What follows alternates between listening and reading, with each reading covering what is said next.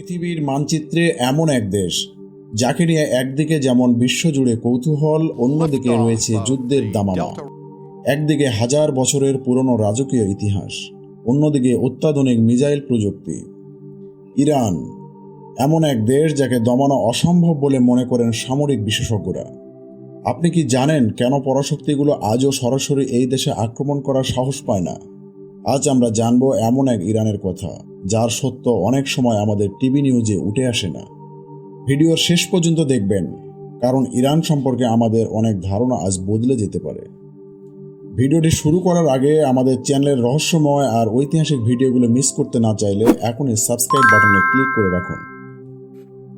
Iran কেবল একটি আধুনিক রাষ্ট্র নয়, এটি একটি আস্ত সভ্যতা। আজ থেকে ঠিক 500 বছর আগে যদি আমরা ফিরে যাই, তখন ইরানের রাজত্ব ছিল সাফাভিদ সাম্রাজ্য, যার সময়কাল 1501 থেকে 1736 খ্রিস্টাব্দ।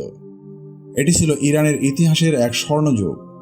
শাহ ইসমাইল প্রথম সাফাভিদ রাজবংশ প্রতিষ্ঠা করেন এবং এই সময় থেকে ইরানের আনুষ্ঠানিকভাবে শিয়া ইসলামের কেন্দ্রবিন্দুতে পরিণত হয়। তখন থেকে ইরান শিল্প, সাহিত্য এবং জ্ঞান বিজ্ঞানে ইউরোপের অনেক দেশের চেয়ে এগিয়ে ছিল।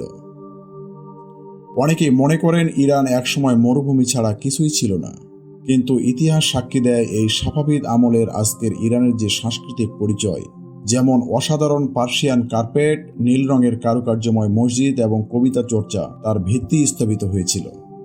কিন্তু এই রাজকীয় ইরান থেকে আজকের এই বৈশ্বিক ইরান হয়ে ওঠার যাত্রাটা ছিল অনেক চড়াই উতরায়ে ভরা।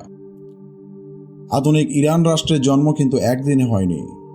20 শতকের শুরু থেকে 1925 সালে পাহলাভি রাজবংশের উত্থান এবং তারপরে 1979 সালের বিপ্লব, এই দুটি ঘটনা ইরানকে আজকের অবস্থানে নিয়ে এসেছে। এই বিপ্লবের ফলেই ইরান সম্পূর্ণ এক নতুন রাজনৈতিক দর্শনের পথে হাঁটা শুরু করে। বর্তমানে ইরানে প্রতি বর্গ কিলোমিটারে প্রায় 50 থেকে 52 জন মানুষ বসবাস করে। ইরানের মোট জনসংখ্যা প্রায় 8,90,00,000-এর উপরে। এই দেশটিতে ধর্মীয় বৈচিত্র্য লক্ষ্য করার মতো, যদিও জনসংখ্যার প্রায় 95 থেকে 99% মুসলিম, তবে তাদের মধ্যে শিয়া এবং সুন্নি সম্প্রদায়ের পাশাপাশি খ্রিস্টান, ইহুদি ধর্মাবলম্বীরাও মিলেমিশে বসবাস করে। ইরানের সরকারি ভাষা ফার্সি বা পার্সিয়ান, তবে জাতিগত বৈচিত্র্যের কারণে এখানে কুর্দি, আজেরি, বালুচু এবং আরবি ভাষাও সমান জনপ্রিয়। আপনার কি জানা আছে ইরানের বাজারে কেনা একটি কার্পেট বা এক চিমটি জাফরান কেন বিশ্বের সবচেয়ে দামি বলে গণ্য হয়? এর পিছনে লুকিয়ে আছে হাজার বছরের ঐতিহ্যের এক নিখুঁত কারিগরি।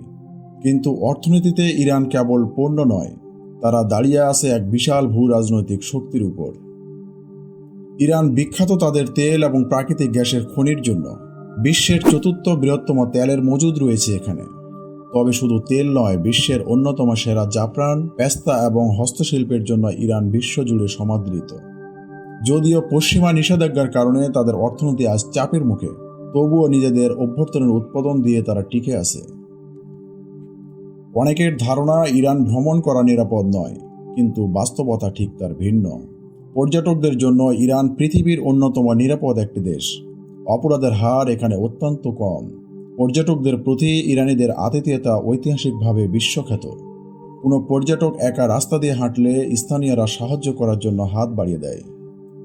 টিভিতে ইরানকে যেভাবে দেখানো হয়, স্থানীয় জীবনযাত্রা তার চেয়ে অনেক বেশি শান্ত এবং প্রাণবন্ত। এখন প্রশ্ন আসে, এই দেশটি কি সামরিক দিক থেকে আসলেই অনেক শক্তিশালী? এমন একটি দেশ যার উপর দশকের পর দশক ধরে চলছে নিষেধাজ্ঞা, তারা কিভাবে সামরিক শক্তিকে ধরে রেখেছে? ইরান সামরিক সক্ষমতার দিক থেকে বিশ্বের শীর্ষ 15 থেকে 20টি দেশের মধ্যে জায়গা করে নেয়। তাদের সামরিক কৌশলের মূল ভিত্তি হল অপ্রতিসম যুদ্ধ।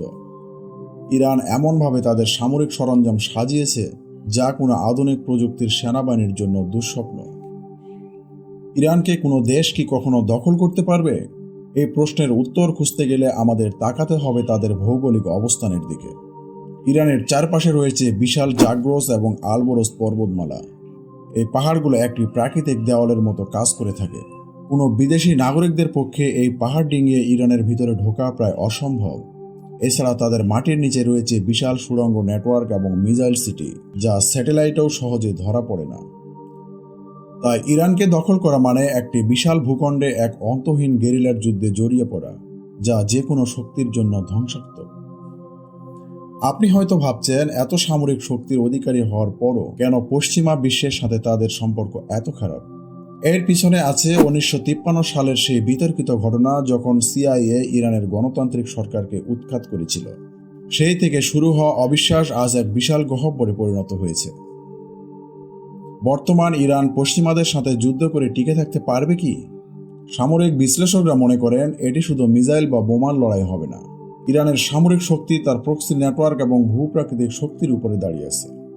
যুদ্ধের ময়দানে হয়তো প্রযুক্তিগত দিক থেকে পশ্চিমা বিশ্ব এগিয়ে থাকবে, কিন্তু ইরানের ভিতরের প্রতিরক্ষা এবং তাদের নিজস্ব ড্রোন প্রযুক্তি এমন এক পর্যায়ে পৌঁছেছে যে বড় কোনো আক্রমণ করলে আক্রমণকারী দেশকেও বিশাল মাসুল দিতে হবে। ইরানের শিক্ষা ব্যবস্থা সম্পর্কে অনেকেই জানে না। এখানে সাক্ষরতার হার 85 থেকে 90%। বিজ্ঞান, গণিত এবং চিকিৎসা বিজ্ঞানে ইরানের শিক্ষার্থীরা বিশ্বমানের। তারা ন্যানো প্রযুক্তি, সিস্টেম সেল গবেষণা এবং মহাকাশ বিজ্ঞানে অভাবনীয় উন্নতি করেছে। আপনি জানলে অবাক হবেন, প্রাচীন পারস্য সভ্যতার মানুষরাই প্রথম আবিষ্কার করেছিল কানাত বা ভূগর্ভস্থ পানি সেচ ব্যবস্থা, যা মরুভূমিতে জীবন বাঁচিয়েছিল। তাহলে ইরানের ভবিষ্যৎ কি? দেশটিতে কি অস্থিরতা বজায় থাকবে, নাকি কোনো সমঝোতা সম্ভব? এই প্রশ্নটি এখন পৃথিবীর সবচেয়ে বড় ভূ রাজনৈতিক ধাঁধা। ইরানের ভৌগোলিক অবস্থান, যেখানে তুরস্ক, Iraq, Armenia, Azerbaijan, Turkmenistan, Afghanistan এবং পাকিস্তানের সাথে তাদের সীমানা, তাকে বিশ্বের অন্যতম গুরুত্বপূর্ণ জংশন হিসেবে পরিণত করেছে। এই দেশটি যদি বিশ্ব অর্থনীতির মূল স্রোতে পুরোপুরি ফিরে যেতে পারে, তবে তা বিশ্ব রাজনীতির পুরো সমীকরণ বদলে দিতে পারে। ভিডিওটি ভালো লাগলে লাইক দিন এবং আপনার বন্ধুদের সাথে শেয়ার করুন। এমন আরও তথ্যবহুল ডকুমেন্টারি পেতে আমাদের চ্যানেলটি সাবস্ক্রাইব করে রাখুন। দেখা হবে পরের কোনো ভিডিওতে।